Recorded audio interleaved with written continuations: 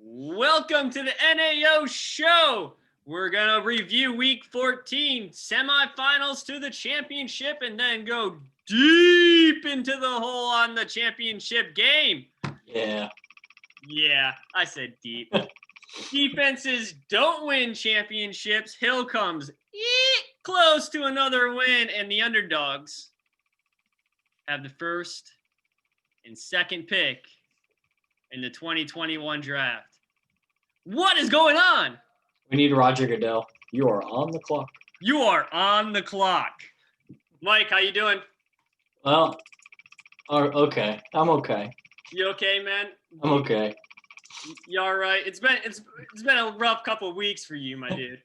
I have not received my my bribe money from the underdogs yet. So if you guys are watching, you could get my PayPal. Get that. Yeah, bill. he likes his money in $1 bills. Send friends and family, Pete. Please, I'm not paying fees. We're all friends and family in the NAO unless your name is Ian, and then you're just a straight enemy of the state. Goods and services for Ian. Yes. Well, as you all can see, Marky Mark is not here. He had other things that had to come up. We love him, and we'll try to stay on focus as well as, but we're not going to. I'm just going to say it right now. We're not going to stay on focus. Mark is the one that keeps this train on the tracks. We are going to go off track all day. We might end up with a trade by the end of this if it's anything like our usual. Well, shoot. We can do something, Michael. All right, let's get into it, Mike. Let's get into the first matchup of week 14 in the WCB Bowl, the bowl that everybody's keeping their eyes on if they're blind. Me versus Skippy Dog. What do you think about this matchup there, boss? This one's going to be kind of tough to review since I can't see the scores. Yes. So I'm going to give it my best shot from memory. All right. I forgot everything that your players did. Hang on. I can't see the scores. So, let me Yeah, help let's you there, hit us with a recap since you did the math. All right. So, Skippy Dogs beat me by 32 points. All right. I can look at my scores for week 14. So I had a couple good outstanding guys. Stefan Diggs got me 24 points, which was real nice. Chris Carson got me 17. But the things that killed me was Justin Jefferson only getting 7 points going up against that Tampa Bay defense, which in reality wasn't even a – if you were to tell me Justin Jefferson was only going to get 7 points, I would have thought Cook went crazy, but Cook didn't go crazy at all. CEH came back and got me 11 points. That's 11 more points than he got me last week, which was real nice. And he played this week, so. Yeah. Well, he played last week, but we all know how well that worked out for me. So going into the second matchup next week against Skippy, I'm not thinking it's going to be too great either. He's got a pretty good team, and my team's falling short, if I can say that. Yeah, 34 points, unfortunately, is a big one to overcome in just 1 week. But especially with, I know Derrick Henry sort of got you pretty good last week. I'm checking out his season stats. Well, it was only by 3 yards, but last week was his highest rushing total game of the entire season. So I remember a few weeks ago we were all hating the Patriots defense for dropping 31 on you, and here we are again. You seem to just get bombed by one or two players, but your team has some bomb potential too. I wouldn't give up complete hope on outscoring by 31, or 34, but it's going to be tough. Yeah, I feel like a lot of this is in my future. All right, pushing on. Silly Dilly, the real Slim Bread is against the underdogs. What do you got here, Michael? Yeah, let me go to that one. I can actually see that one, I think. So this one was kind of interesting. There was one that I saw that I wanted to bring up, but I can't remember what it was. Oh, it was as Mark would say, they started the Washington football team defense again, and there they go, a solid 23 points from them. So what a trade that turned out to be once you finally get them in your lineup. Yeah, why do you trade for a defense and not put them in? You're still alive, Mark. You're still with us. I thought it was pretty interesting that the underdogs still won by, 14 points or 10 points? They have 14 points. 14 points. And Devontae Parker put up a whopping goose egg. Yeah, that was kind of a surprising 0. I didn't think he would do that. I mean, Kansas City is a good team, but you can at least catch the ball once, He did. And they scored a lot of points, too. I guess, did he get injured partway through the game? I guess I don't remember if he did or not, but looking at his stat line, he had 2 targets and 0 catches, so it seems like something may have gone on there. It does say that he has a hamstring issue. Maybe he went out early in that game. I didn't know either. Yeah, because they put up a lot of points, too, for him to only have 2 targets, so. Yeah, the underdogs went out on a limb and started AB. It was obvious from a Buccaneers standpoint, me watching the game, that they were trying to force the ball to AB a little bit. He got 5 receptions, his 5 of 5 receptions. Mm-hmm. It seemed like AB was the only person that Tom Brady could throw to accurately. So besides that one deep ball to Scotty Miller, but I personally, as a Bucs fan, don't think AB is going to be a vital start moving forward. Definitely not next year. Yeah, I was going to say, what about next year then? I don't think if Tom Brady is still there, which I think he might be, I don't think AB is going to stay there. Yeah, there's a lot of grumblings about Tom Brady versus Bruce Arians, so that'll be, you throw AB into the mix of all that, and we'll see what comes out of it next year. Who knows? Well, the thing is that AB is keeping his mouth shut, which is astounding. He just wants to play the game, which I'm totally okay with. I think there needs to be more golf games between Tom Brady and BA, if you ask me. Antonio Brown's eating his TB12 snacks, so he's got some good protein energy. That's what she said. Good protein. All right, Michael, we're going to go to your game. Yeah, finally. Finally! I know you're sweating this going into Monday night. Bill was thinking he might even score one, get a win this week. Yeah, that was something. When you're losing by about seven points or so, and you have Chase Claypool and Jarvis Landry, it shouldn't be this worrisome going to bed Monday night. But for some reason, it was. But, Landry pulled it out. Landry got me to – well, when I turned the game on, he was throwing a pass. And I thought, there we go. This will be okay. But by halftime, I was still losing. But thankfully, we woke up and it turned out okay. But I know we always like to pinpoint my my RB1 now. My RB1 in Austin Eckler. Little bounce back game for him. 15 carries. Called on 9 of his targets. I'm feeling good about him going forward and into next year. I think an offseason with Herbert's going to do him a lot of good. I think you're dead on right there. I know you got a lot of interest over the year for Eckler while he was collecting dust on your IR. How do you feel about holding him now and not getting the guys that you were offered? It feels pretty okay. Obviously, there was some, he was included in a lot of trades that you look back on and you think, if I had done it that week, I would have won. Or if especially because, some of the guys have put up some monster weeks, and it's like, I could have benefited from that. But I think going into next year, Eckler's going to be a guy that I'm excited about having. He's sort of my guy anyway, so I'm looking forward to that. That's great. I got a guy that you might want on my bench as they call a handcuff. Come at me, bro. On Hill's side over here, he does the boldest move, I think, in the NAO history. Start Jalen Hurts against the number 1 defense. Mm-hmm. Hey, you got 19 points. I mean, yeah, outscored Mahomes. Yeah. Do that again? Yeah, I think all three of us last week said the start is very clearly Matthew Stafford, who scored 5 points less. But Yep. yeah, props on that start. Props.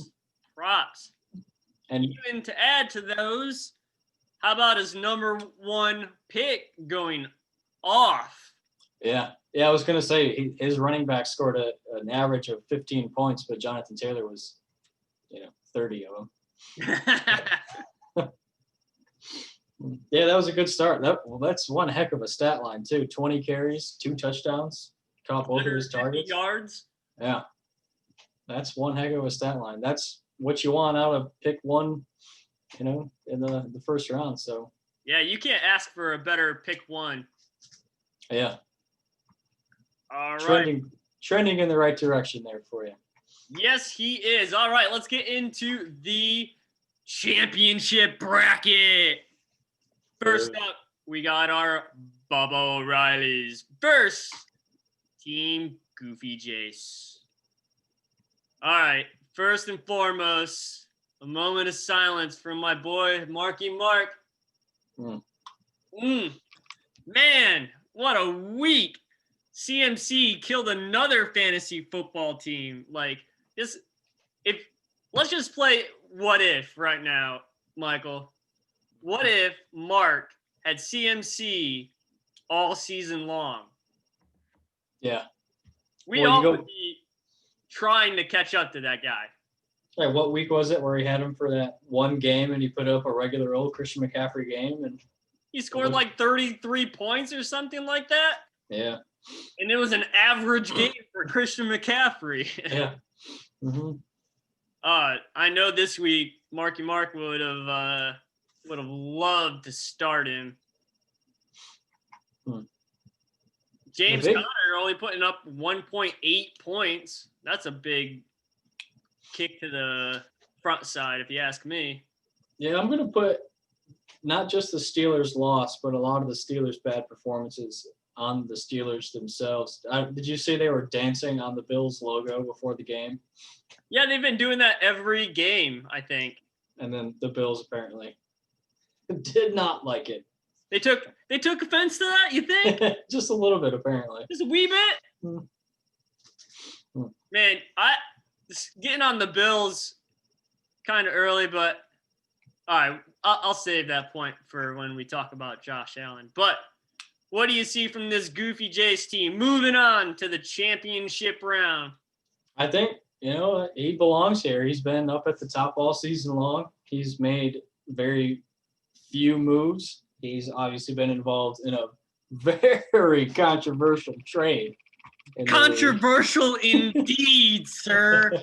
I didn't know if you know this, but a synonym for controversial is bullshit. But moving on. He's got a solid team. I mean, he's been rolling with the same core group of 5-6 guys, and they've been killing it all season long.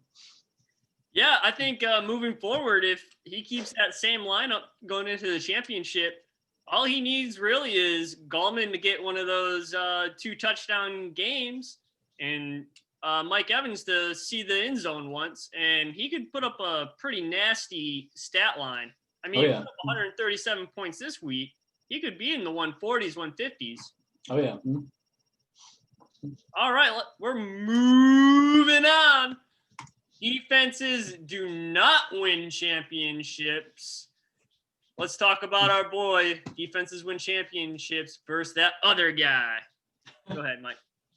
This was one heck of a matchup. I know we were sort of watching this one go into that Buffalo game, thinking, unfortunately this probably looks over already. But man, those Browns put up one heck of a stat line. the Browns game. Sorry, but yeah, they put up one heck of a game, and they may have lost, but in fantasy they won. So Nick Chubb with a 24-point game. I mean, So that's true. Hmm. A-Bomb was down 65 points going into Monday night, and he's messaging you and he's like, I don't know, it could happen. Man, did it almost happen. Yeah. I mean, you give Mark Andrews a touchdown, and Mark Andrews, if he got a touchdown and freaking if Brown could have gotten another one, I think we could have been talking something different about this team, Oh yeah. Mm-hmm. Did get a little lucky, like we were pointing out, that Kareem Hunt was on Ian's bench there. He had a pretty good stat line there. I think he's going to have some tough decisions in his flex spot going into the championship next week. But to Ian's credit, he usually makes those moves. He makes the right moves with that. Kind of rare to see him leave so many points like that, but hopefully it doesn't come back next week. I would hate to give Ian any credit because that guy doesn't need any, but he did start a pretty darn good lineup. He scored 66 points. I think if I were him, which we all know I make better moves than he does because I would sit Robin Woods and put Kareem Hunt in there and roll with it. Just like that. Yeah. Going into the championship, I mean. I think the Rams have the Jets next week, though, so it's going to be a tough one to sit. I mean. Unless they just run the ball for 60 straight minutes, but. Which they probably could. Mm-hmm. Yeah, they remembered that they drafted a pretty good running back there lately, so. Yes, they did. All right, so that's your Week 14 review. Let's go to the championship week. All right, first matchup is going to be me versus that Skippy E-Dog. All right, so I'm looking at my team there, Michael, and I've been thinking, who the heck am I going to put in this flex spot? And I think I'm going to put Nelson Aguilar in my flex spot this week, so which automatically guarantees he'll have a 2.3 kind of week. So if any of y'all are listening and you have Nelson Aguilar in another league, you should probably sit him because I'm going to play him. Yeah, you got some other – I mean, I don't hate the move. It's definitely you need to go out and outscore somebody by 35 points this week kind of move, chasing that ceiling. Yep. I don't think – I think he probably outscores someone like Slayton. He's got some high potential, but I think I would put it between those two guys. I don't think you're making the wrong move necessarily, so I lost you. Well, I mean, I'm going up against Skippy Dogs. You got Derrick Henry. That's all I got to say. And a good matchup against Detroit. Yeah, and Lamar Jackson on Monday Night Football looked like Lamar Jackson, and he's going against Jacksonville, the 30th ranked defense against a quarterback. So that'll be fun.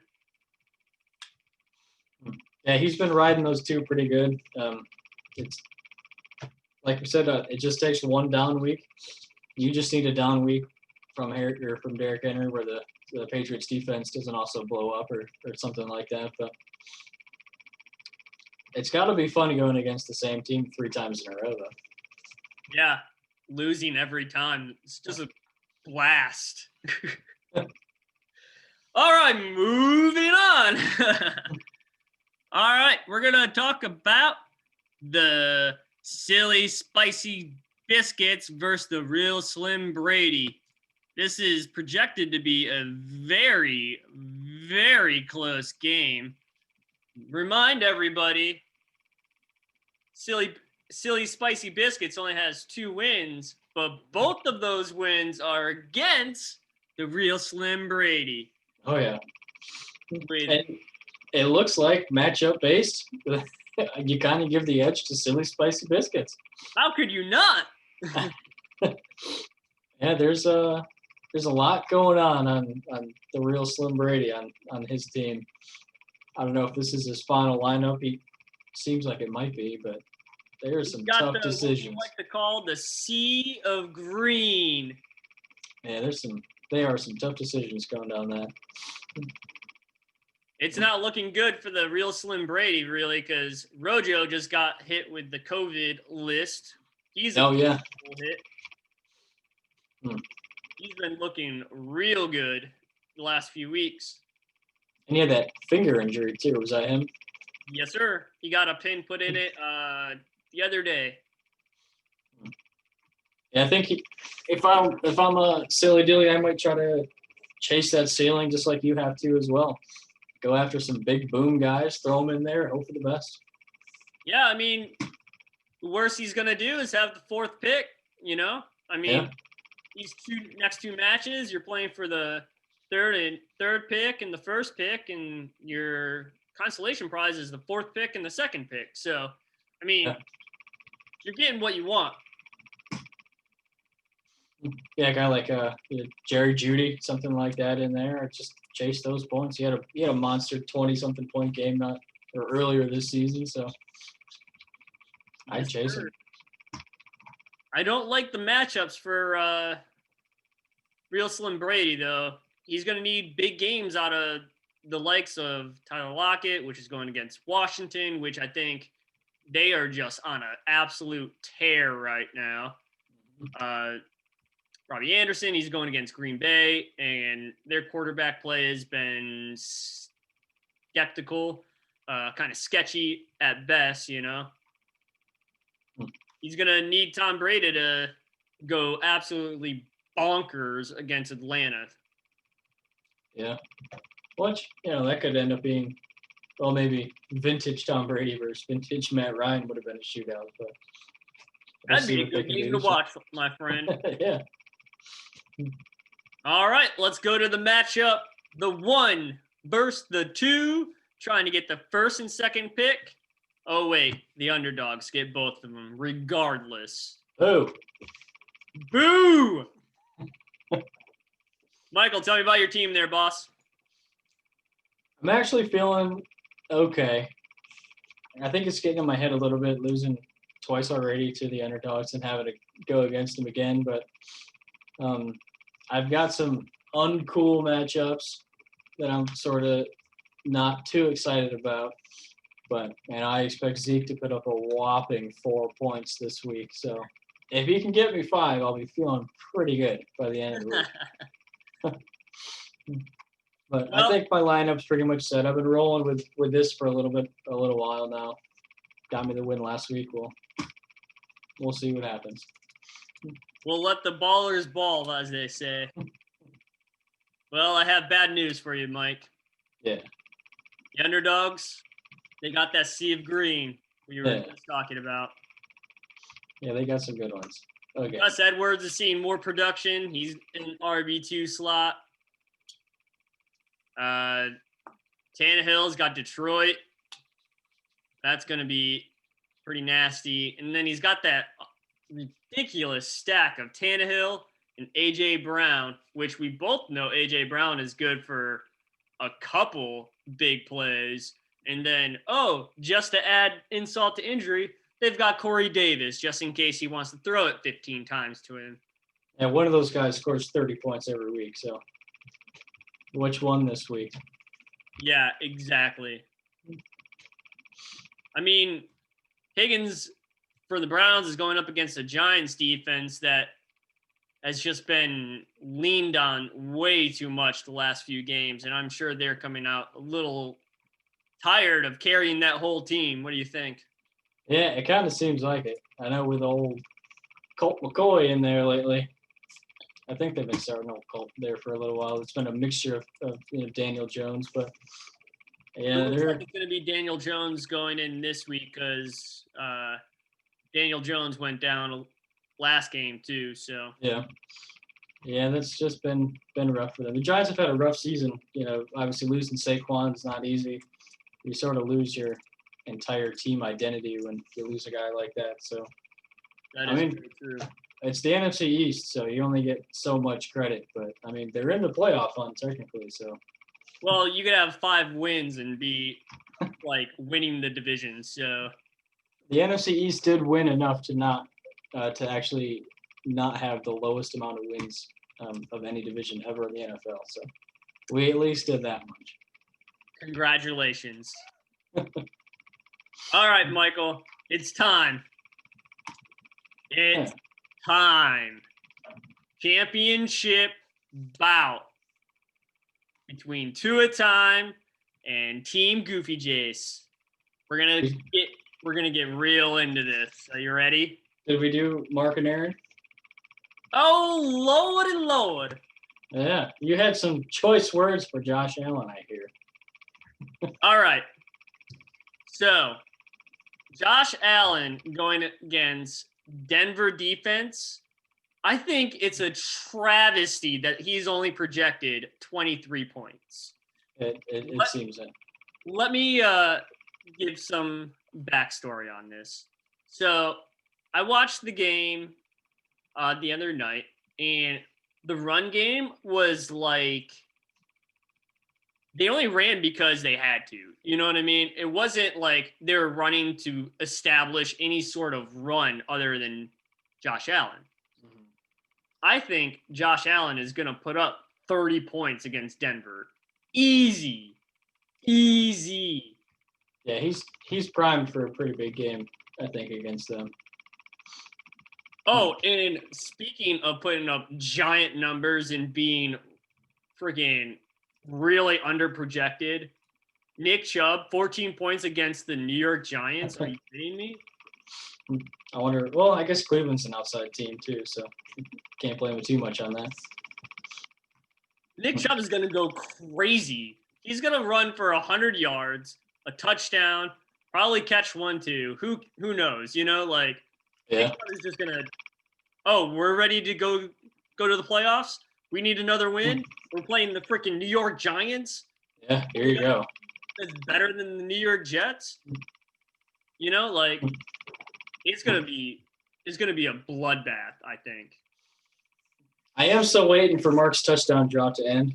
Unfortunately, it wasn't last week, but there could be a week that Mark sort of goes off. I mean, he made it to the playoffs, obviously, for a reason. So these low-scoring weeks, you know, if it continued into this week, I'd be pretty surprised, but I'd feel terrible. But I'd be pretty surprised.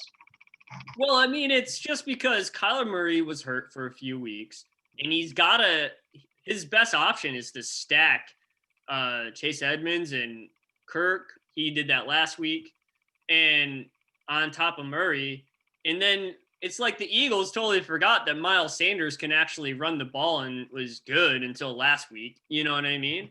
Yeah, I'm sure he's kicking himself for that, but I know with Jalen Hurts starting, you know, I see the logic behind it. But yeah, that one, I'm sure he couldn't have gotten Sanders back into his lineup fast enough, seeing how they did that last week. Well, I mean, I don't even think it was because of Jalen Hurts. It's because Miles Sanders had 7.6 points 4 weeks ago, 5.2 3 weeks ago, 3.1 2 weeks ago, and then they're like, "Oh yeah, we're actually going to play now that Jalen Hurts is the quarterback. We want him to do well because we want him to be the quarterback." Oh yeah, Miles Sanders, you can actually play now. I think the real loser in all this is Carson Wentz, and we could do a whole show about Carson Wentz. We could definitely do a whole show on that poor soul. Very, very rich poor soul, but that's the dang truth. Well, not yet, because his extension hasn't even kicked in, and he's already probably benched or out of Philly. He's the highest paid backup in the NFL. I'm going to go out on a limb and say. That poor guy. You think Kenny Galladay is going to make it to the lineup this week? I don't know. It's pretty optimistic throwing him in, but I guess that's what I was doing with Michael Thomas for like 9 weeks, so I can't fault him for that. He's been putting him in there every week, hoping for the best, and pulling him out every week. Yeah, we want to talk about the injury bug. I mean, Mark's had it a little bit here these last few weeks, especially with someone like Kyler Murray. injured but not out. I mean, what do you do there? You got to start Kyler. Yeah. You know, if you could get Galladay back, that's going to be huge for him.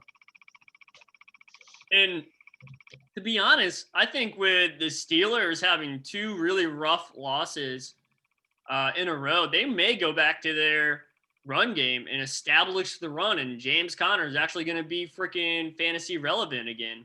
What do you think? Yeah, I think that's if you're going to do it, beat up a division rival in Cincinnati and, get back to that old Steelers football. They need to. They're going to be in the playoffs, and they're going to be one and done when they were thinking about being undefeated. Yeah, they got a good young wide receiver there to throw the ball to every so often if you have to. But yeah, who's that? I can't all the way remember his name. I don't know. I have to look it up. Oh, all right. I'll give you some time to look that up. I know. It just escapes your mind. You know what I mean? All right, Michael, you ready? I think so. Are you ready? Yeah. All right. I'm ready for half of this matchup. All right, I'm ready for half of this too. Let's only talk about half this team. All right. We're going to get into it. This is the championship bout. 2 at a time versus Goofy Jace. All right. We're going to go position by position. We're going to give a check to each one that we think is going to be the winner on each side. And then at the end, we're going to give our who we think is going to win the championship. All right. You ready, Mike? And we're assuming the lineups are just what they are. Yes, exactly. We are assuming that the lineups are exactly how they are reading right now. All right. Let's get into this quarterback matchup. Goofy, you brought it on yourself. Yeah. Rodgers versus Russell Wilson. Who do you think's got the upper hand? I think if you'd asked this question a few weeks ago, my answer may have been different. But as soon as the trade went down, Aaron Rodgers decided to be MVP again. I like the way he's playing. I like his matchup better even. I'm going to give my check to Aaron Rodgers. I'm going to have to second you on that one. It seems like Russ did benefit from Chris Carson coming back, but that O-line is just not giving him enough time to throw the ball as well as he wants to. He wants to throw big chunk plays, 40, 50-yard plays, and that takes time, and his offensive line isn't doing it for him. I give the check to Aaron Rodgers. You only have yourself to hate, Goofy. Yeah, that's definitely true. Because the check does not go to Cam Newton, and the check does not go to Jared Goff. No, it does not. That is an easy check for Russ Wilson if those two are in. Either one of those guys are in that position. All right, I won't say that. All right. Controversial. The running backs. So I'm looking at these 4 running backs. Ian's got Dalvin Cook and David Montgomery. And Goofy Jace has Aaron Jones and AK. I think I'm going to give the check for myself over to Aaron Jones and Alvin Kamara. They both have real good matchups. Aaron Jones is going against Carolina, and then AK is going against Kansas City. Both great matchups for the running back position. Alvin Kamara has been having a pretty good matchup the last few weeks with Taysom Hill actually remembering that he is good at football. You know what I mean? Mm-hmm. And I think with the matchups, because all 4 of these running backs are very, very good. Montgomery's coming up real good the last few weeks. He's coming out hot. I mean, he had that 79-yard run for a touchdown. I think it was like play 5 or something like that last week. But I'm going to give the check to Goofy Jace. What do you think there, Mike? I think overall, I agree. I like the check mark for Aaron Jones and Kamara. Montgomery has been absolutely on fire these last few weeks. Actually, I think he scored over 20 points every game since the bye, which is absolutely incredible. But, I mean, you can't knock scoring so many points, but they are actually rushing him less than they were earlier in the season. Mm-hmm. So, and he's been ripping off some huge runs. And, I'd be a little nervous to take away one of those big runs. You lose a big chunk of points. But like you said, it's sort of a toss up. All four of these guys are incredible, but as a total, you bring the matchups in. You bring up the increased play of Aaron Rodgers will help Aaron Jones. Kamara has come on fire these last 2 weeks. I'm just going to I'm giving my check to Aaron Jones and Kamara. All right. Let's go ahead and move down to these 4 wide receivers. What do you got there, Mike? This one, I think, when you really kind of think about it, is almost tougher than the running backs, in my opinion. I totally agree. This one is a doozy. I think, though, all things said and done, the way it's going to shake out in my head is I'm giving my check to Hopkins and Metcalf. I guess we're not sure what Julio Jones is going to be. I can't remember if he's going to play this week or not, or if they've even decided. But that affects Calvin Ridley. Keenan Allen, he's questionable every time you get in the playoffs. If you're in the playoffs or in a championship game with Keenan Allen, he's going to be questionable. It's just kind of what he does apparently. So that does make me a little nervous because it's a hammy issue, which he kind of tweaked slightly last week. So that does make me nervous. But I think at the end of the day, it's just, Nuke and Metcalf, and you can't knock that. It's a great combo of wide receivers. Well, I respect your opinion, but I'm going to disagree. I'm going to disagree on the sole fact that Kyler Murray has not been Kyler Murray. And that's going to hurt. Yeah. He has been down. I mean, yes, he scored 18 points last week. He got the ball 9 times. I get it. But in the last few weeks, Kyler Murray hasn't been good. And last week was one good game against the Giants. You know what I mean? Mm-hmm. Where they got up fast on the Giants. The defense, Arizona defense, was ridiculous. I mean, I think they had like 6 sacks from one dude. It was a franchise record, wasn't it? Yeah. I think it's gonna be very close. I think Metcalf goes crazy in Washington, regardless of the matchup. I mean, Metcalf is a set it, forget it. Mm-hmm. Take your 15 plus points and go home kind of matchup. But I like Calvin Ridley versus Tampa Bay. I mean, we all saw what Hill could do, a wide receiver could do against this defense if he gets the right matchups. And like you said, Allen's kind of a question mark, but if he plays, as we're expecting him to, we're expecting him to do pretty good against Las Vegas. So I'm going to give my check to Goofy Jays. Well done. I think this next one is going to be pretty self-explanatory. We're going to the tight end position. We got Darren Waller versus Rob the Gronkowski. Who do you got in this one there, bub? I'm going to give it to, I think, Darren Waller. I think I'm just going to go on just straight boom potential for Darren Waller. I think Gronkowski, I think they're using him more than they planned to when they signed him. Because they obviously had O.J. Howard, go down earlier this year.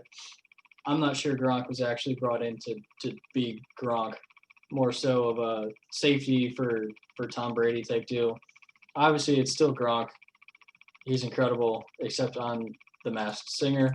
I think he went home a little early, but that's neither here nor there. But I know. I think the very slight edge, but I'm going to give it to Waller. Well, I'm going to agree with you. I mean, Darren Waller is the number 2 tight end. I mean, he put up, 30-something points 2 weeks ago, 38 points 2 weeks ago versus the Jets. I mean, yeah, that's the Jets. But he's going against the Chargers this week. He's going to put up 20 points. It's just going to be a matter of time. I think the check definitely goes there. All right. Sorry, Gronk. Sorry, Gronk. You're my boy. But you got brought in to catch a touchdown in the end zone and block the whole rest of the time. All right, let's go to the flex positions. So for the flex positions for me, I think to say that these are touchdown dependent would be an understatement. But I think I'm going to have to give my if if it stays like this, I'm gonna have to give my check to probably that other guy. I mean, he's got great matchups against the Jets, Green Bay, Tennessee, and three guys that 2 out of 3 have been doing real well the last few weeks. Woods, not so much. I personally think he should probably put in Kareem Hunt and have a safer play because I know other guys are going to be the boom for him. But I would have to give the check to that other guy. Yeah, I think as it sits right now, I agree. I am a little, like we said, assuming it sits right now, I wouldn't be surprised if Kareem Hunt sneaks in there before Sunday night. But like you said, it's all touchdown dependent. But I think the safer floor is definitely with Ian. Like Dobbins and Gallman, they can obviously put up some huge games, and Gallman has, but he's also put up, well, I guess since they've been using him, he's been very consistent. But I just think the safer floor belongs to Ian as it sits. But for some reason, everybody kind of sleeps on Mike Evans this season, as they rightfully should. In some Very regards. touchdown dependent. But yeah, he could sneak 2 touchdowns, especially it could be a classic shootout in Atlanta. That's very true. I wouldn't be surprised if at the end of this matchup, Goofy's flex actually does better. But going into it, I'm giving it to Ian. All right, getting down into the defense, we got Ian with Titans, and then we got Goofy Jace with the Chiefs. I personally think this is just going to be a wash. I don't think either one of these teams are going to put up 35 points, which now that I say that, one of them is going to. If I had to pick one, I would pick the Titans only because they're going against Detroit, and you never know what the Chiefs are going to bring, and they're playing the Saints in a who knows if Drew Brees comes back, it's going to be a completely different team. So who knows? Yeah, I kind of agree. From what I've been reading, Drew Brees is active, but he might not. He's probably not going to play, as they're talking right now, anyway. But I guess slight edge, maybe the Titans, just based off matchup. Although, I wouldn't be surprised if after what happened last week, the Chiefs kind of come out pretty strong. Especially against a team like New Orleans. I'm switching it. Woo, I'm giving my check to the Chiefs. Check. I'm giving my check to the Chiefs. I think they're coming because this is a potential Super Bowl matchup right here, Super Bowl preview, and I don't think the Chiefs are going to want to come out and get embarrassed by a tight end, wide receiver, quarterback man. Hopefully, my wife is not listening to this part of it from the living room, but she can hear me. She can hear me. Move on. Move on. We're moving on. All right. So picks for the championship. Who's your pick, Michael? Oh man. I guess. I gave more check marks to Ian. So is that your pick?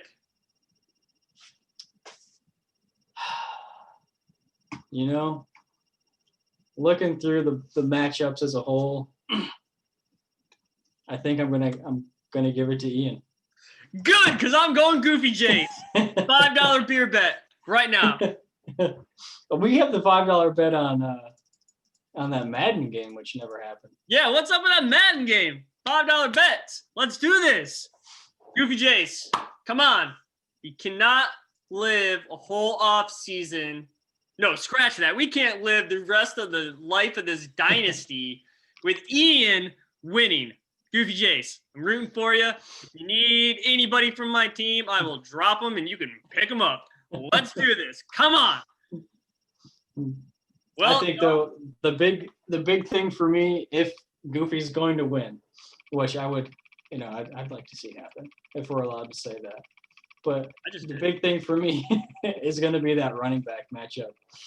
I think everywhere else it was a pretty close matchup, position by position. But that running back matchup is going to be, I think there's some boom potential that Goofy's been missing there. And if he can get that back again, that's where he wins it.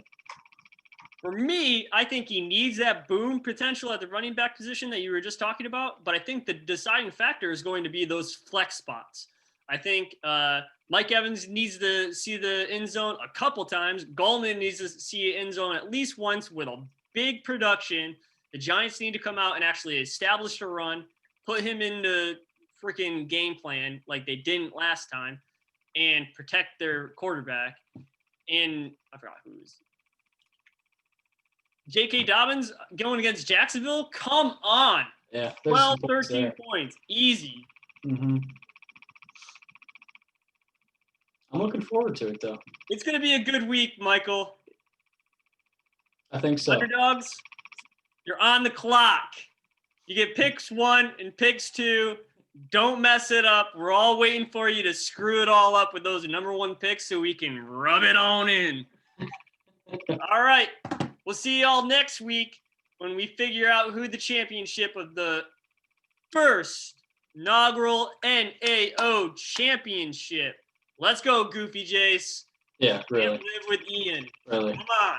Yeah. You know what? That one thing. Ian, you suck. I hope you lose.